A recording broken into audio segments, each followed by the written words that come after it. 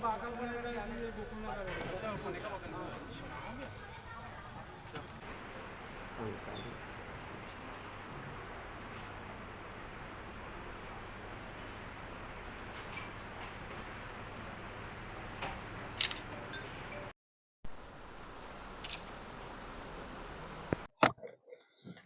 आप अधीक्षक से मिले हैं, क्या मालूम है? मेडिकल कॉलेज अधीक्षक से महोदय से मिलकर हमने आज जो 2 दिन पूर्व 20 डॉक्टरों के सामूहिक इस्तीफे इतिहास के पहला घटनाक्रम मेडिकल कॉलेज में हुआ है, उसके लिए हमने पत्रकार वार्ता लेकर 48 घंटे का अल्टीमेटम दिया था।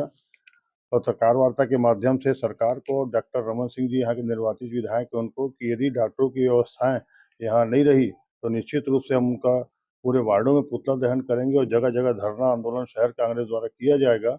इस बाबत हम आज लिखित रूप से जानकारी लेने के लिए आए थे कि क्या स्थिति है, डॉक्टर वापस आए कि नहीं, क्या हुआ।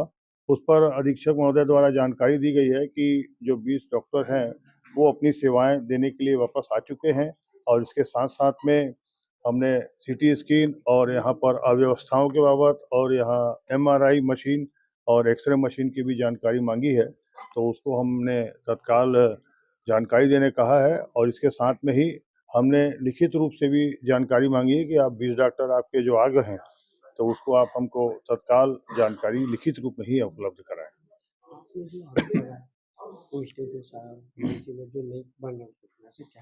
हाँ, मैंने आरोप लगाया है डॉक्टर रमन सिंह जी के ऊपर कि विष्णुदेव साय जी को हटाकर जिस प्रकार का घटनाक्रम इनका ये रमन सिंह जी को मुख्यमंत्री बनने का है, तो ये हमारा आरोप है कि दुर्व्यवस्थाएं हो चुकी हैं, अपने क्षेत्र में भी ध्यान नहीं देना और जितने काम हो रहे हैं उसमें इतने बड़े 15 साल के मुख्यमंत्री और वर्तमान में विधानसभा अध्यक्ष का मौन रहना और अपने क्षेत्र में हर विषय पे समस्याओं की ओर ध्यान न देना, तो कहीं न कहीं ये बड़े राजनीतिक गुणाभाग होते हैं। ऐसी सुगबुगाहटें भी रहती हैं कि ये गुणाभाग कर रहे हैं कि साय जी को हटा दें और खुद बन जाएं, क्योंकि ऐसी भी सुगबुगाहटें हैं कि डॉक्टर रमन सिंह जी के जो पुराने हैंड थे, जो पुराने साथ में लोग चलते थे, जो छत्तीसगढ़ प्रदेश के बाहर थे, वो सब साथ में धीरे-धीरे आते जा रहे हैं।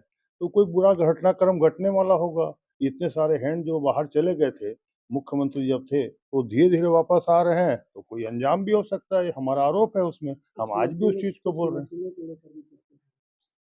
जी? कोई मशीन को लेकर भी एक्स-रे मशीन और एमआरआई मशीन और सीटी स्कैन मशीन, इस बाबत हमने लिखित रूप से आज भी पूछा है कि ये क्या वस्तु स्थिति है, जानकारी दीजिए। इस ओर कोई कार्रवाई सरकार द्वारा, प्रशासन द्वारा कुछ की जा रही है कि नहीं की जा रही है, हमने इसको जानकारी मांगी है, क्योंकि ये सब यहाँ की तत्काल आवश्यकताएं की चीज़ें हैं। मेडिकल कॉलेज इसी में ही पूर्ण होता है। आज मेडिकल कॉलेज की मान्यता खतरे में है और डॉक्टर रमन खुद अपने क्षेत्र के मेडिकल कॉलेज में ऐसी जानकारी होने के बावजूद वो क्यों कार्य नहीं कर रहे हैं? अपने क्षेत्र के लोगों को क्यों तड़पा रहे हैं?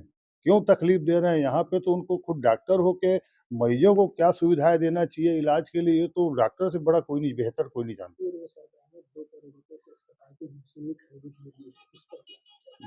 पूर्व सरकार हमारी जो कांग्रेस की थी, उस समय 2 करोड़ रुपए राशि है शायद, जहाँ तक के उन्होंने सीटी स्कैन मशीन के लिए दी थी।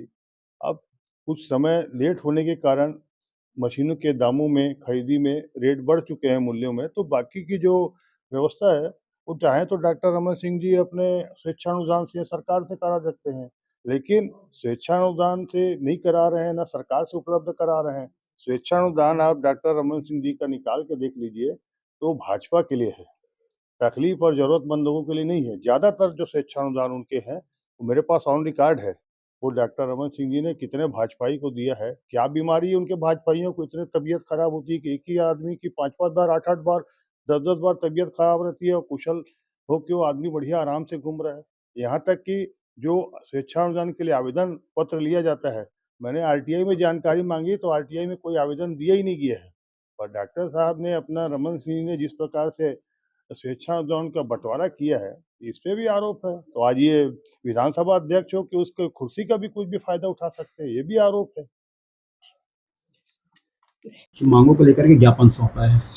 हाँ, उनकी तरफ से प्रतिनिधिमंडल आया था, आज मुलाकात किया उन्होंने और इस मामले में जो है जो अभी अभी रिसेंटली 20 डॉक्टर ने सामूहिक इस्तीफ़ा देने की जो बात कही थी, ठीक है, उस मामले में उन्होंने प्राइमरी तौर पे हमको पूछा कि आपके यहाँ व्यवस्था कैसे चल रही है, कोई इसमें इश्यूज़ तो नहीं आ रहे। तो हमने बेसिकली उनको बताया ये जो 20 डॉक्टर हैं इन्होंने इस्तीफ़ा नहीं दिया था, ठीक है, सिर्फ इन्होंने अपनी कुछ मांगे रखी थी और इस मांगे पूरी नहीं होने के दशा में वो 1 महीने के बाद या 2 महीने के बाद जो है देने के लिए बाध्य हो सकते, ऐसा उन्होंने अपने पत्र में उल्लेख किया था करके। तो इसके उपरांत शासन के निर्देशानुसार जो है हम लोगों ने उनके साथ चर्चा की, उनको बुलाया और बातचीत उपरांत ये पता चला कि कुछ मुद्दे जो हैं उनके, ठीक है, वो उन्होंने जो लिखे हैं उसको अगर रिज़ॉल्व कर लेते हैं तो एज़ सच उनको कॉलेज में काम करने के लिए कोई इशू नहीं है, ठीक है, और वो सभी लोग काम करना कंटिन्यू कर रहे हैं। उसमें से कुछ डॉक्टर ने तो अपना नाम भी उसमें विड्रॉ करने के लिए जो है बात कही है, ठीक है। तो इसकी पूरी जानकारी यानी मैं तो समर्थ नहीं हूँ, उनका इस्तीफ़ा भी देते हैं तो वो एक्सेप्ट यानी मेरी पोजीशन नहीं है, मुझे तो ऊपर भेजना पड़ेगा शासन को, ठीक है, और वो प्रोसेस से जो भी होगा। लेकिन जहाँ तक आज की बात है ऐसी कोई सिचुएशन नहीं है। अस्पताल में पहले जैसे डॉक्टर्स काम कर रहे थे अभी भी काम कर रहे हैं और जो है हालात को सुधारने की हम ज़रूर कोशिश करेंगे, इससे बेहतर बनाने की। कई डॉक्टरों पर आरोप है कि प्राइवेट प्रैक्टिस कर रहे हैं। हाँ, प्राइवेट प्रैक्टिस जो है उन डॉक्टर को अलाउ है जो एनपीए यानी नॉन प्रैक्टिस अलाउंस जो है वो लेते नहीं हैं। ये जो आपके वेतन का 20% हिस्सा जो होता है वो आपको सरेंडर करना पड़ता है गवर्नमेंट को, ठीक है, तो वो देने के बाद में आप जो है वो सीमित समय के लिए जो है प्रैक्टिस कर सकते हैं, ठीक है। तो इस हिसाब से जिन्होंने अपने जो है एनपीए को सरेंडर किया है उनको प्राइवेट प्रैक्टिस के लिए कोई मना ही नहीं है, ठीक है, उसमें कोई इशू नहीं है। रिफ़र करने की काफ़ी शिकायत है मेडिकल कॉलेज से। इस संबंध में कोई भी मेरे पास शिकायत आती है तो मैं नियमानुसार उसमें ज़रूर कार्रवाई भी करूँगा और देखूँगा भी उसमें। शुभ नाम बताइए। मैं डॉक्टर देशकर।